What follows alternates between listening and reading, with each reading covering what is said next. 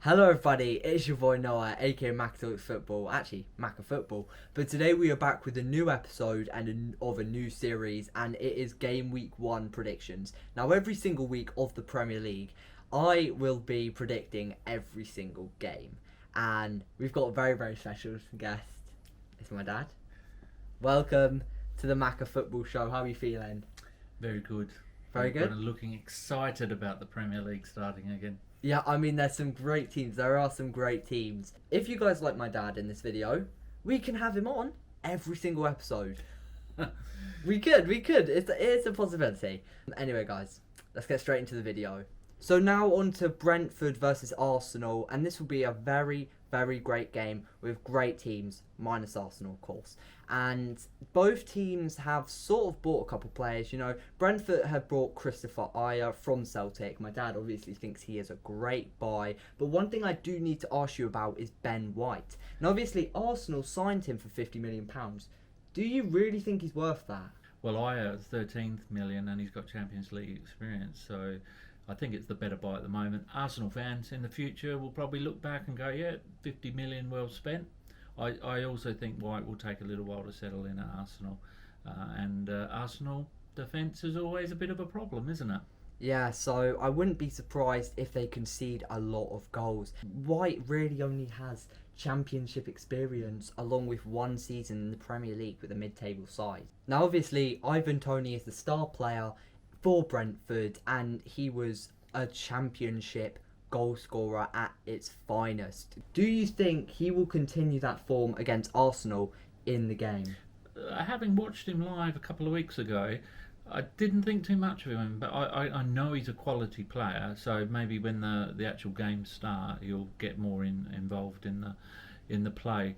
But if the ball can get to him and they have some good wingers and attacking fullbacks, I think Ivan Toney's got a good chance of getting on the score sheet. So what is your prediction, Macca Dad? I'm going to go with a big surprise. I am going 2-1 to Brentford. Okay. I mean, I don't think Arsenal win this. I definitely agree with you. But I think it will be a draw. I think it will be 1-1. Knowing my luck, White will score a hat-trick. Yeah, definitely. So this is a game both me and my dad will love. And it is the Red Rose versus the White Rose. Obviously, Manchester United versus Leeds. Now, Jadon Sancho is officially signed. And do you think he will settle in as easy as possible? I'm hoping he's fit and starting. So, Yeah. and I do think he will start. I think people can't expect him to get towards 20 goals and 20 assists like he did at Dortmund. But I think he's got the qualities to really make an impact for United up front. Definitely, and Rashford is out with a surgery. But to be honest, seeing the wingers in pre-season, especially Elanga, I think we are not going to miss him, because seeing him last season, he wasn't really that good in my opinion. So hopefully he will be back in 9 games time, and he will be great for us. Obviously Varane won't be in the squad, so there is a high possibility of Lindelof and Maguire playing together. And when we went to Old Trafford, we saw them against Everton and they look solid. So do you think the defence will be leaky in this game? They could let in a couple of goals, but I think we'll score more. I think it'll be very similar to the derby last year. We won at 6-2. I think there'll be a lot of goals. Can Patrick Bamford score? Now, that's a question I've got for myself, and I definitely believe he can. You know, even when we smash them, you know, they still managed to get a goal, as my dad was saying. And, you know, I think they are a side we could possibly concede against. What is your prediction? My prediction, 5-0 United. And I know that's I'm a United fan. I just think it's after watching them against Everton, we were devastating for half an hour. Really? Yeah. Okay. They've got a couple of injuries as well, Leeds. 5-0. I mean, we did it 6-2, so we know how to score against them. So, you know what? He might be right. But for me, it is easily a 3-0 win for us. I think we know what to get a clean sheet. I think Maguire's looking perfect. Lindelof is on good form as well with Sweden, and obviously in pre-season for us, or at least the one game he played. And I think going forward, we look great. Now on to the third game of the day, and it is Burnley versus Brighton. And as we said earlier, we talked about White leaving and how it was obviously a big money move. But to be honest, I don't think they're really going to miss him. I think they have some great centre-halves like Lewis Dunk who will be ready to step up for them. Do you think the fact that Burnley aren't really getting any reinforcements, or they don't every season, do you think that will really get them this season? I think both these teams will finish in the bottom half of the table but miss out on relegation. Yeah. I can't see goal scorers for both teams, even though Brighton probably have more avenues to score goals than Burnley do. I can see this being a 0-0. 0-0. Okay. I mean, that does make sense, you know. Both teams, they're very sort of boring. I mean, it is a way to put it.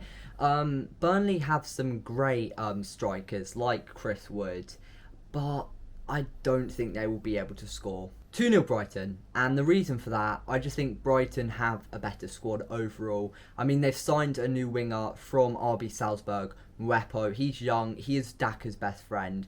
They were both playing together last season and they were both great. So I think he'll have a great career for Brighton. Now it's Chelsea versus Crystal Palace. Now obviously very, very recently, Chelsea won their first trophy of the season, and that was the Super Cup over on pens against Villarreal. So they're coming back in their last 2 games they've played at Chelsea.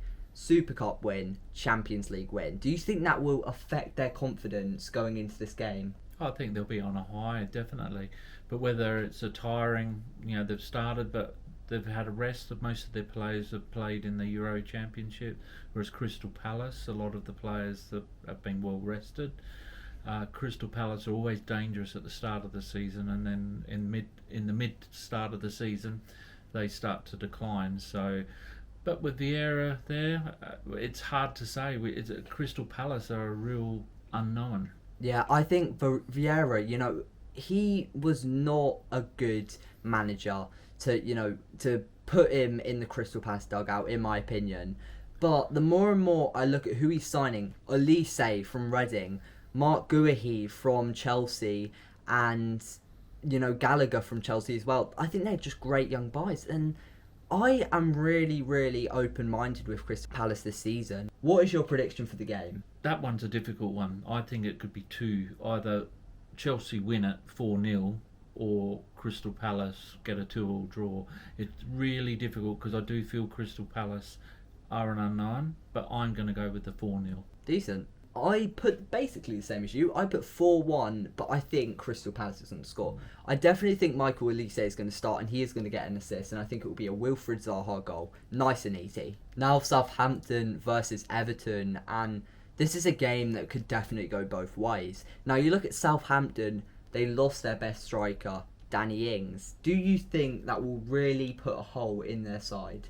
Oh, definitely, and they've lost their best defender as well. Jan Vestergaard to Leicester, didn't they? Yeah, so I think, but they'll still be very well disciplined. Having watched Everton last week, that would be a worry for me. They definitely need Calvert-Lewin back. But as you were saying that you agreed with me that it would leave a massive hole in their side, they did get 2 signings yesterday, Southampton, signing Borgia on a 1-year loan from Chelsea, who actually is quite unknown, but he got 10 goals in the Eredivisie last season, and I believe he's only 21. And then they signed, obviously, the Championship legend, Adam Armstrong.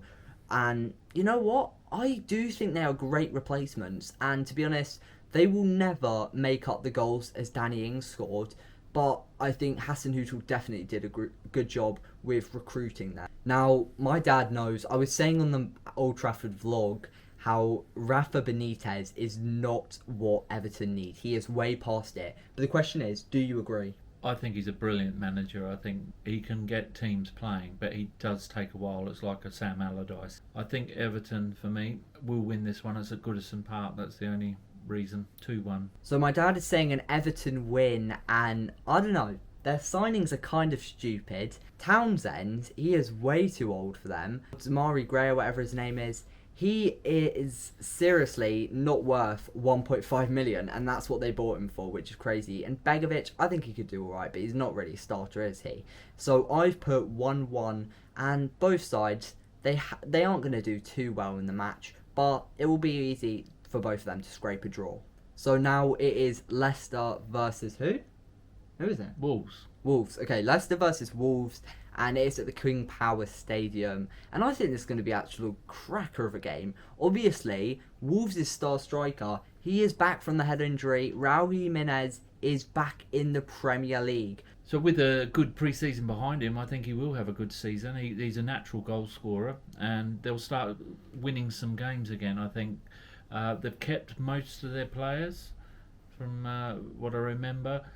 My concern for them, if the players that Leicester bought this summer are actually in the team, I think it makes them a lot stronger. Yeah, Patson Daka, Samare, obviously, they could potentially get their debuts. Fonfana. Now, he is injured. He's got a major injury. But do you think that will sort of, hinder them, seeing as they already have Soyuncu, they have Evans, and now they're getting Vestergaard? Yeah, I don't think so. I think they've got enough defensive options there, and they proved that last year, because Evans was out for a while with an injury, and they were able to. And Soyuncu was a red carded, so he was on a ban at the same time, and they were able to cope. Yeah, they still kept up. So I'm thinking Leicester for the win here. I think Wolves again, it might be an unknown with the new manager. They have recruited well, but I'm going to go for a 3-1 win to Leicester. Okay, I mean that's not bad. I definitely could see Leicester winning this, seeing as they have a great team and they are getting Europa League football nearly consistently every year and could possibly get into the top 4 this year. But again, I think now that Raul Jimenez is back, he could make Wolves very, very good. And I see him scoring. I see Trincao, who is obviously from Barca on loan, having a great game, and it's a 2-2 draw. Now on to Watford Villa. And there is one thing everyone is having parties about that Watford's now up. Do you know? No. Foster's Vlogs are in the Prem. Whee! That will be interesting. Yeah, honestly, we're genuinely, I'm not making a big deal out of it. But speaking about Watford, they have made a lot of signings. Obviously, none of them are really high profile, and they're all young. So, do you think really any of them could get into starting 11? There are a couple of players there, because I do watch Ben Foster, so he has interviewed a few of these young players. There are a few players there that are quite classy, fast, skillful. Aston Villa, they sort of did the opposite of what Watford did with their transfer window, and they bought some actually more high-profile players. So I think this has been their best transfer window in decades. Obviously, signing Danny Ings, Buendia, Leon Bailey. I think Leon Bailey got about 15 goals in the Bundesliga last season, about 10 assists. That is honestly world-class levels. I mean, it was better than Sadio Mane and Sterling. I think with the signings Aston Villa have done this summer, they're not going to miss Grealish. No, I actually have a feeling they will get top 8, if not top 6. I think Grealish leaving was probably actually a better thing, because you get £100 million for a player who's really only worth 50. So, Dad, what's your prediction? I think it'll be a 3-2 win to Villa. I think it will be 1-0 to Villa. Alright, lean in like you did. That was perfect. Okay, but what game is it? Liverpool Norwich. Liverpool. Who are they? I'm putting that in the video. Now, another team that has just got promoted, obviously Norwich, is playing probably one of the hardest teams you can play, and that's Liverpool. And I've got a question for you. Do you think Cantwell can have a good season? I think he will. He was good the season before when they were up.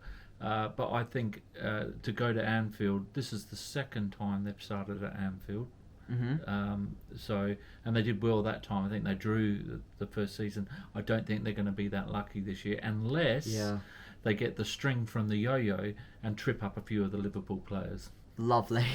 Now, Van Dijk is back, but I have a feeling it will take him at least 3 months to settle in, because looking at him pre-season, he has not been that good, to be honest. And obviously, Konate has joined the defence, so I definitely think he is able to complement Van Dijk a bit more than, let's say, a Gomez or a Matip. What is your prediction? It will be Liverpool.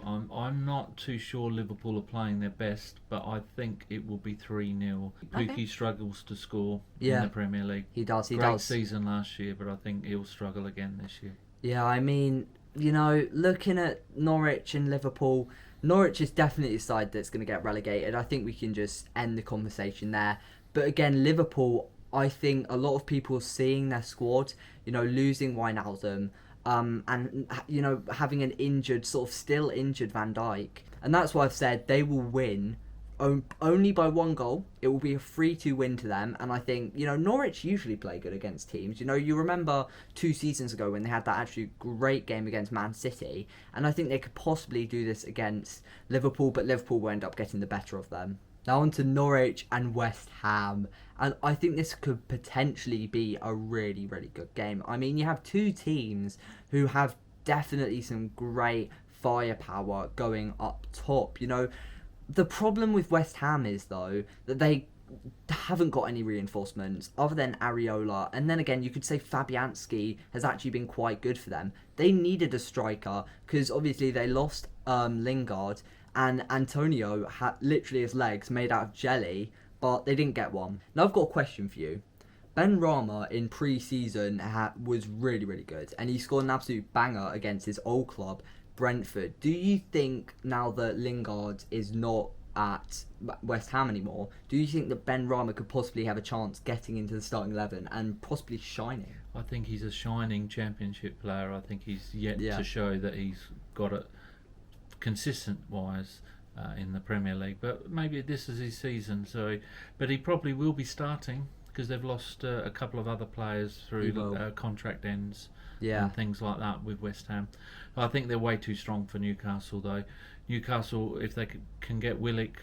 they did for £25 million. If they can get Willock in the team, I think that might help them. But I can see a 1-3 for me. So obviously they did buy Willock, but I think it's way too early to get him in for his first game. So he probably won't be playing. But they still have great players going up top like St. Maximum and Wilson. So for me, this game is just going to be an easy 2-1 to Newcastle. So now on to our last game of the first episode of the first series, and it is probably the best one we've talked about so far, and it is Spurs versus Manchester City.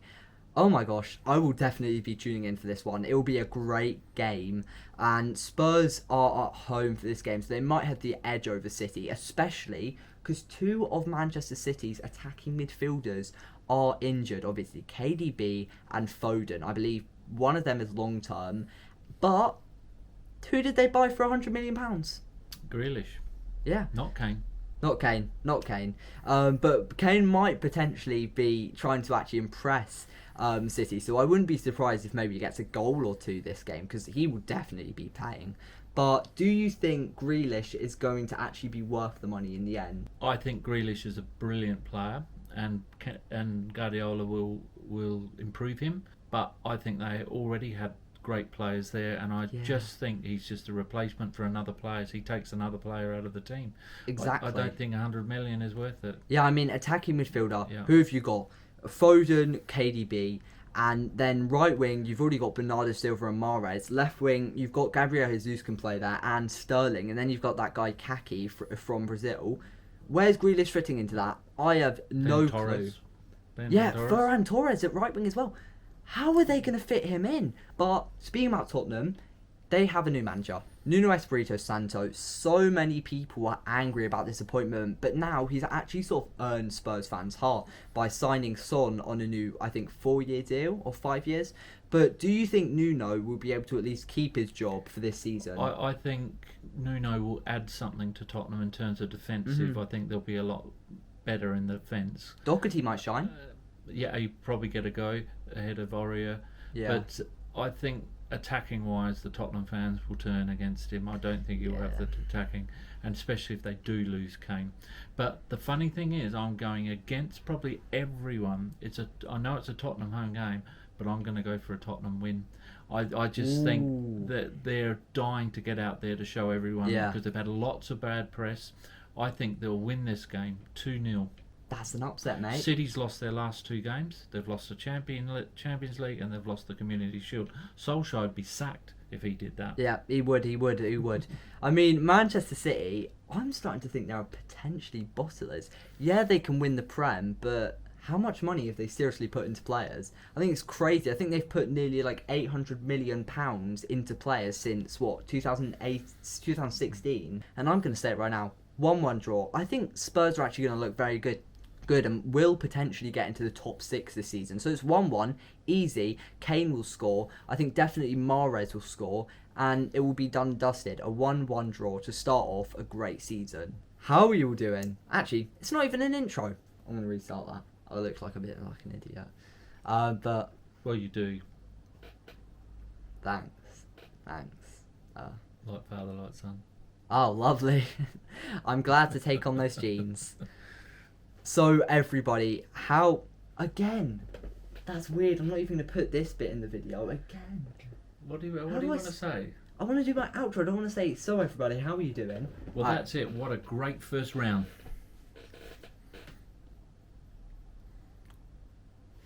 Lean in a bit more. So everybody, it is the end of this wonderful video. Of course, editing it took us a very long time to record this. In fact, you're going to be surprised. It took us 2 minutes. No, it took us 51 minutes. Oh, time flies with you now. Time absolutely flies. Thanks, but honestly, I've really enjoyed making this video. Obviously, I've had to sort of adapt to Macca Dad. He's never been on sort of a YouTube video before, except for the Old Trafford vlogs where we went to a Manchester United game. Check them out. So I think didn't forget anything either. Yeah, you didn't. He's actually pretty good at YouTube. You should make your own YouTube account. You should call it Old Manchester United Fan. I think a lot of people tune in for that.